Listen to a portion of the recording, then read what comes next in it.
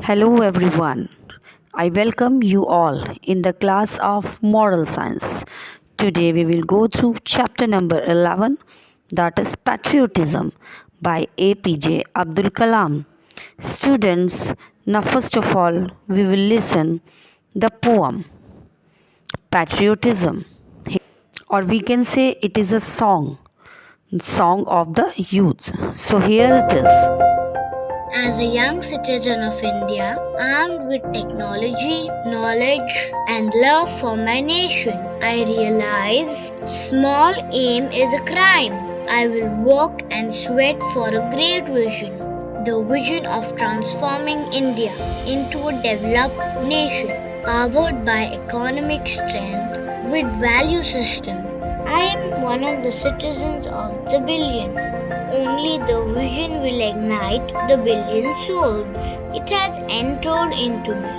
The ignited soul, compared to any resource, is the most powerful resource on the earth, above the earth and under the earth. I will keep the lamp of knowledge burning to achieve the vision, developed India. If we work and sweat for the great vision with ignited minds, the transformation leading to the birth of vibrant, developed India will happen.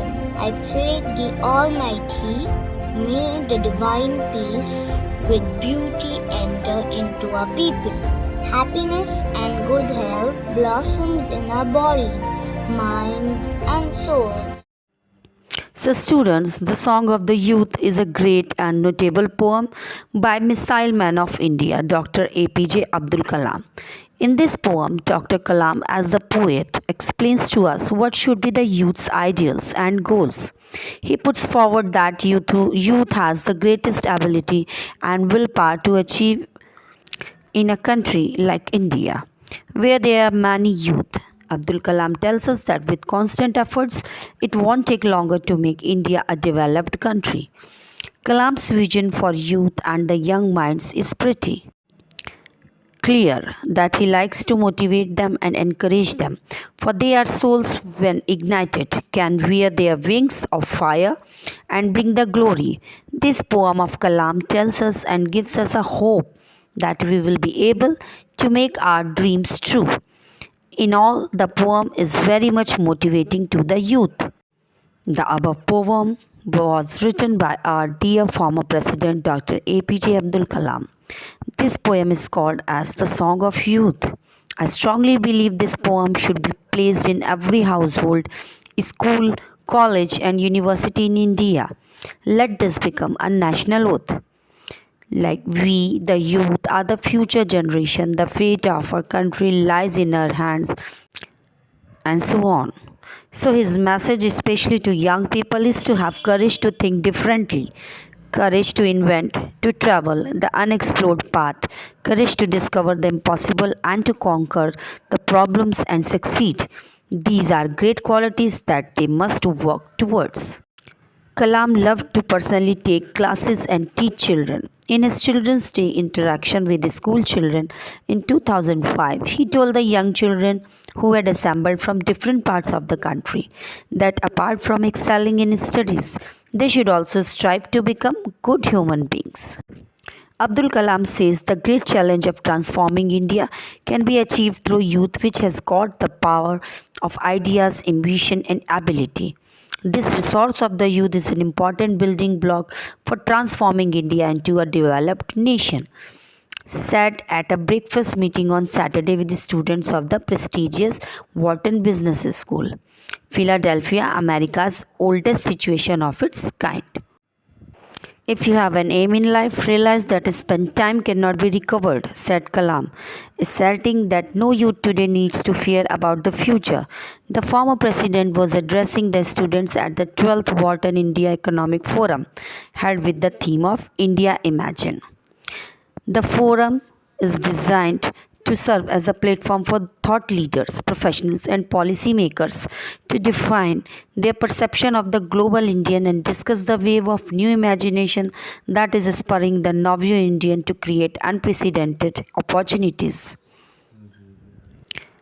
Hence, the precious time has to be used for achieving the goal. Have confidence to win, have confidence to defeat the problems and succeed, and have a righteous heart.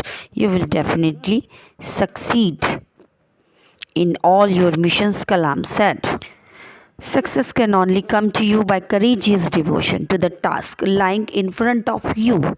I can assert without fear of contradiction that the quality of the Indian mind equal to the quality of any Teutonic, Nordic or Anglo-Saxon mind. Now he said, what we lack is perhaps courage, what we lack is perhaps driving force, which takes one anywhere.